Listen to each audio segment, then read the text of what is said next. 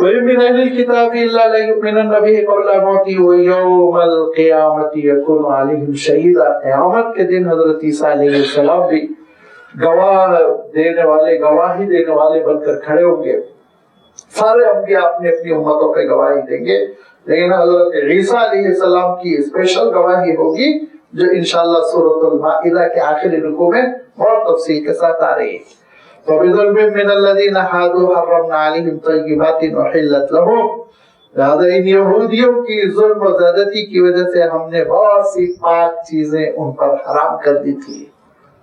ایک حقیقت سمجھنے کی ہم کو کوشش کرنا چاہیے کہ لوگ یہ سمجھتے ہیں کہ بددینی کے باوجود، دین سے بغاوت کے باوجود، اللہ تعالیٰ کے احکام سے نافرمانی کرنے کے باوجود، اللہ کے رسول صلی اللہ علیہ وسلم کی سنتوں سے روگردانی کرنے کے باوجود وہ صاحب کامیاب ہے، مل رہا ہے، گھر بن رہا ہے، بنگلہ بن رہا ہے، تو ان کو تو کوئی سزا ہی نہیں ملی۔ اس حقیقت کو ہم سمجھیں، اس حقیقت کو ہم اچھی طرح سمجھیں کہ جب کوئی، یاد رکھیے، اللہ اور اس کے رسول کے خلاف چلتا ہے تو دنیا سے اللہ تعالیٰ اس کو کبھی محروم نہیں کرتا۔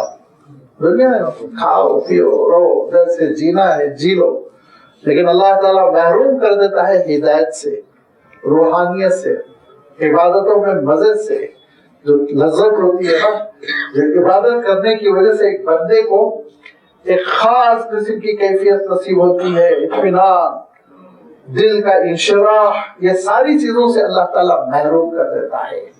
وہ پی پی کے سوتا ہے، دوائیں کھا کھا کے زندگی بسر کرتا ہے، اس کو دین پر عمل کرنے کی توفیق نہیں ملتی، دین سے محروم ہوتا ہے، دنیا سے تھوڑی محروم ہوتا ہے۔ دنیا تو بسر ہوتی رہے گی، وہ تو فرعون نے بھی دنیا بسر کی، وہ تو قارون نے بھی دنیا بسر کی، وہ تو دنیا بڑے بڑے ظالموں نے بسر کی، دنیا تو بسر ہوگی۔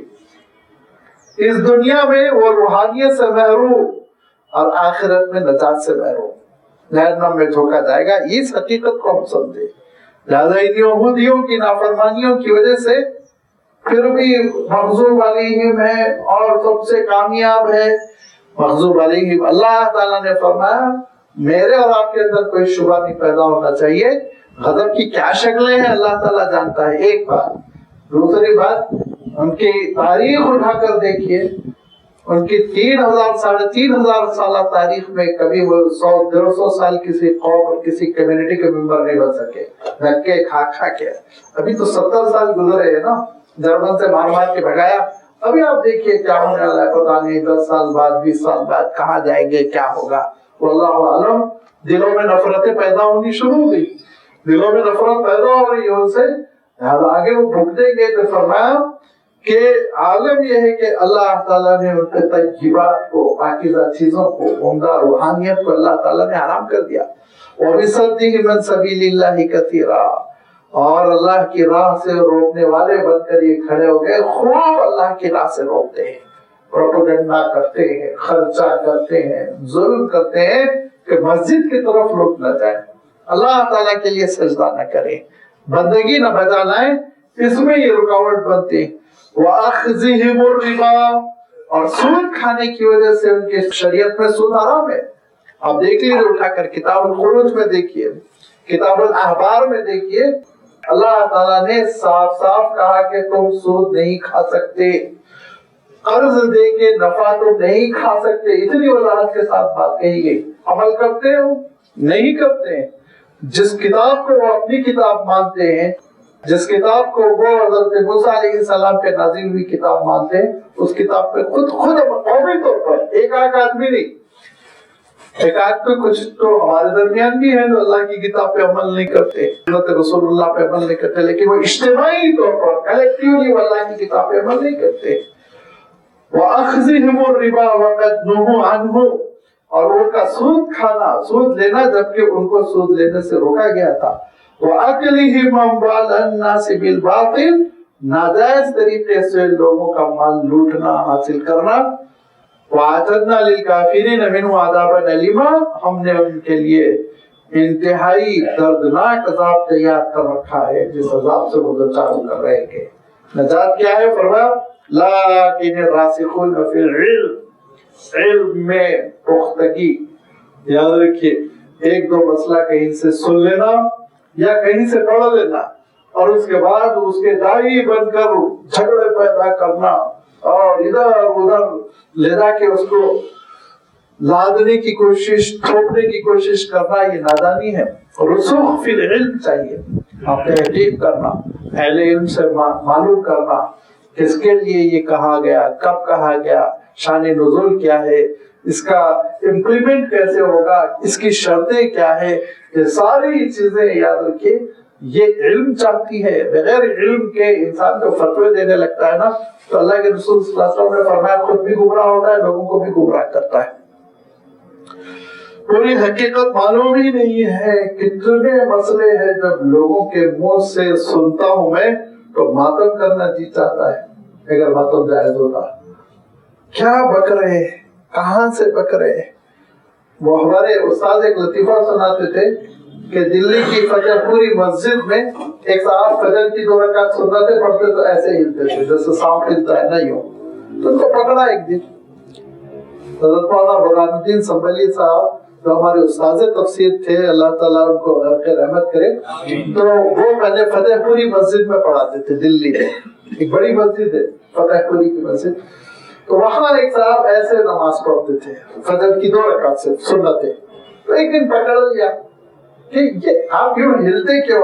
تو میں کہا سنت ہے۔ کہا رے سنت کیسا ہے؟ نہیں سنت نہیں، میں خود کتابیں پڑھاؤں، آپ لے کے آئیے وہ کتاب۔ تو دوسرے دن وہ مشکات شریف کا ترجمہ لے کر آئے اور وہ ترجمہ ہے کہ اللہ کے رسول صلی اللہ علیہ وسلم نے فجر کی 2 رکعت سنتیں ہل کے پڑھی۔ وہ ہل کے نہیں ہے، اصل ہلکی تھی، وہ ہلکی پڑھی، خفیفتین آتا ہے روایت میں۔ آپ صلی اللہ علیہ وسلم فجر کی سنتیں طویل نہیں پڑھتے تھے، پہلی رکعت میں الکافرون، دوسری رکعت میں الاخلاص، قل هو اللہ احد، مختصر دونوں، کیونکہ بہت طویل تہجد پڑھے ہوئے ہوتے تھے۔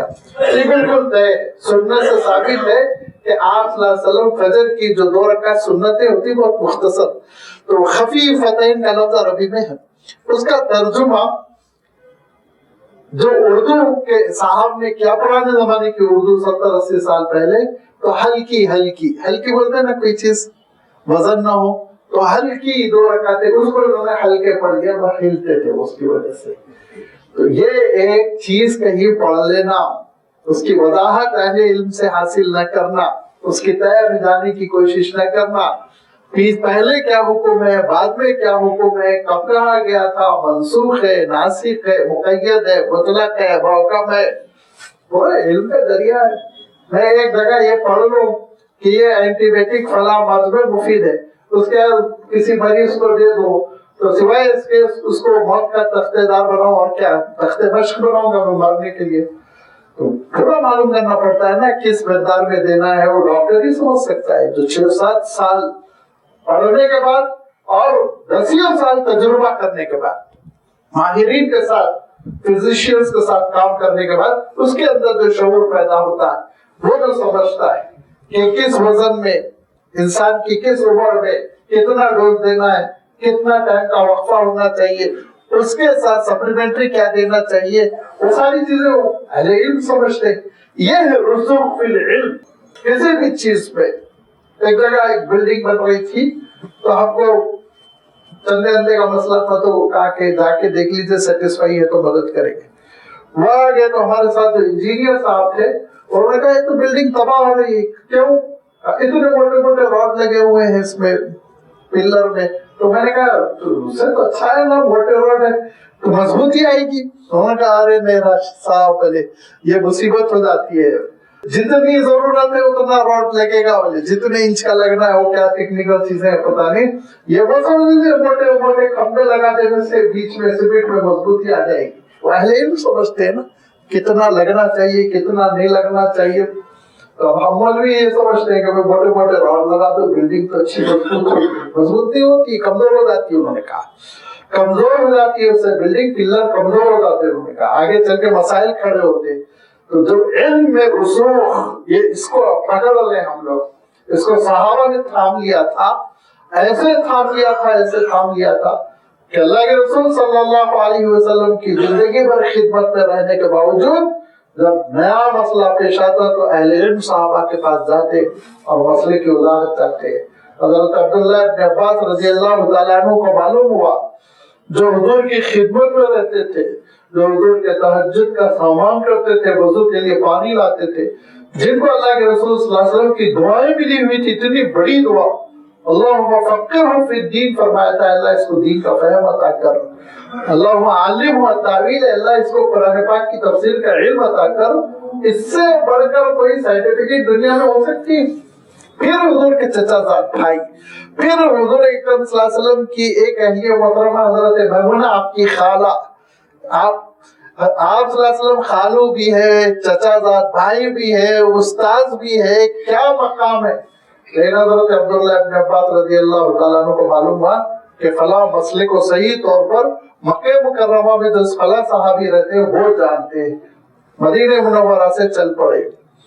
آج کل کے اعتبار سے 400-450 کلومیٹر، اس زمانے میں آپ سوچئے اونٹ روڈ پر چلتے گئے الحمدللہ مکہ مکرمہ پہنچے. اور عمرے سے فارغ ہونے کے بعد جب وہ صحابی کے گھر پہنچے تو وہ دوپہر کا وقت ہے، 12 بجے، تیز گرمی ہمدان کے وہاں کی.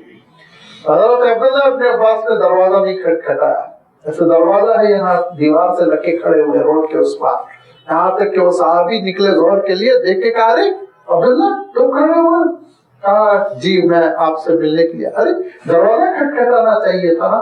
کہا نہیں میں آپ کو استاد مان کر آیا ہوں، لہذا استاد اور شاگرد کے رشتے کا تقاضا یہ تھا کہ میں آپ کے آرام میں خلل نہ کروں، آپ سے فارغ ہوں، آپ سے ملاقات کروں. کہا کہ اچھا مسئلہ کیا ہے؟